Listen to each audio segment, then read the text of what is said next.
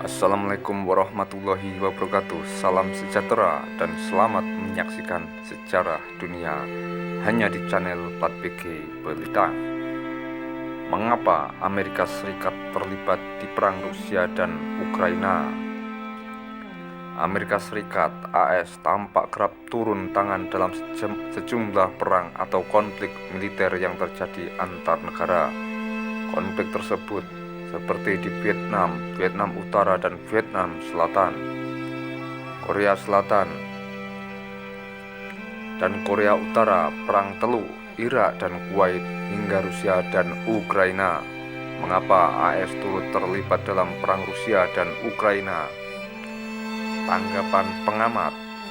Menanggapi hal ini, pengamat hubungan internasional Dina Prapto Raharja menyebut Amerika Serikat merupakan negara yang sejak memenangkan Perang Dingin dari Uni Soviet merasa menjadi satu-satunya negara adidaya di dunia.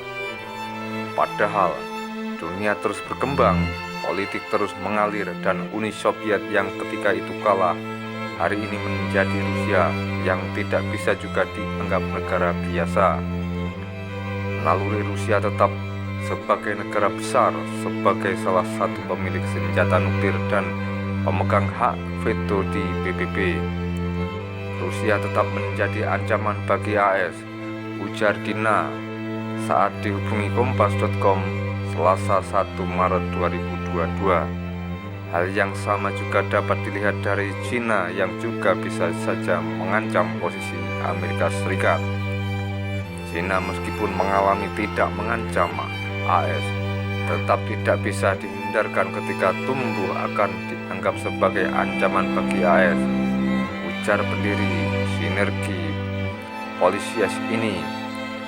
Untuk saat ini, China, AS, Rusia, Perancis, dan Inggris disebut sebagai negara yang keadidayaannya diakui pasca Perang Dunia II.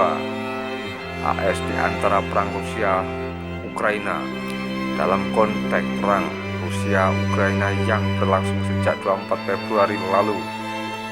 Keberadaan Amerika Serikat disebut sebagai bagian dari kecenderungan negara itu mempertahankan hegemoninya sebagai negara adidaya satu-satunya di dunia pasca Perang Dingin. Tak hanya itu, keterlibatannya juga sebagai bagian dari kecenderungan AS mengambil keuntungan atas ketidakstabilan Ukraina agar tidak sampai jatuh ke tangan Rusia. Dina menjelaskan, sejak lama Ukraina ada dalam kondisi yang kompleks dan tidak stabil. Di dalam negerinya, Ukraina meskipun dulunya termasuk negara pendiri Uni Soviet, pasca Perang Dingin justru menjadi negara yang relatif miskin. Posisi geografisnya yang berbatasan dengan Rusia membuat dia terpinggirkan juga dari EU, Uni Eropa, apalagi NATO, North Atlantic Treaty Organization. Jelas dia ada sejumlah alasan yang membuat dua organisasi besar itu tak begitu melirik Ukraina menjadi anggotanya. EU yang kerjasama ekonomi tidak mempertimbangkan Ukraina mampu mengejar kemampuan negara-negara EU lain, sementara NATO yang urusannya pertahanan dan keamanan pertimbangannya lain lagi. NATO urusannya adalah rasa aman Rusia yang notabene persis di seberang pagar jelas Dina maksudnya. Masalah internal Ukraina. Selain masalah eksternal itu, Ukraina juga memiliki masalah lain di dalam negeri.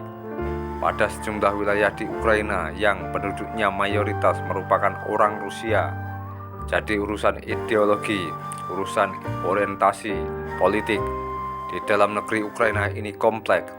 Beda presiden, beda preferensi politik juga di Ukraina ini, ungkap Dina.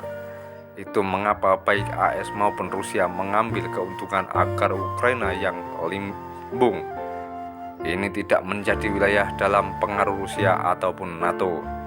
Sebelum tahun ini pun Ukraina sudah mengalami perang saudara, jadi situasi negara itu tidak stabil, ujarnya. Dina menyebut Ketegangan yang saat ini tersaji sebenarnya lebih merupakan bentuk kegelisahan negara-negara adidaya. Hanya saja getaran dan dampak negatifnya sampai ke negara lain. Kita dibikin bingung sama narasi-narasi yang ada di Rusia, AS, Ukraina, dan UE karena situasinya memang terlanjur genting dan tidak saling percaya, sebut Dina. Oke, dan mungkin hanya itu saja yang bisa saya sampaikan, dan terima kasih, dan saya akhiri. Wassalamualaikum warahmatullahi wabarakatuh.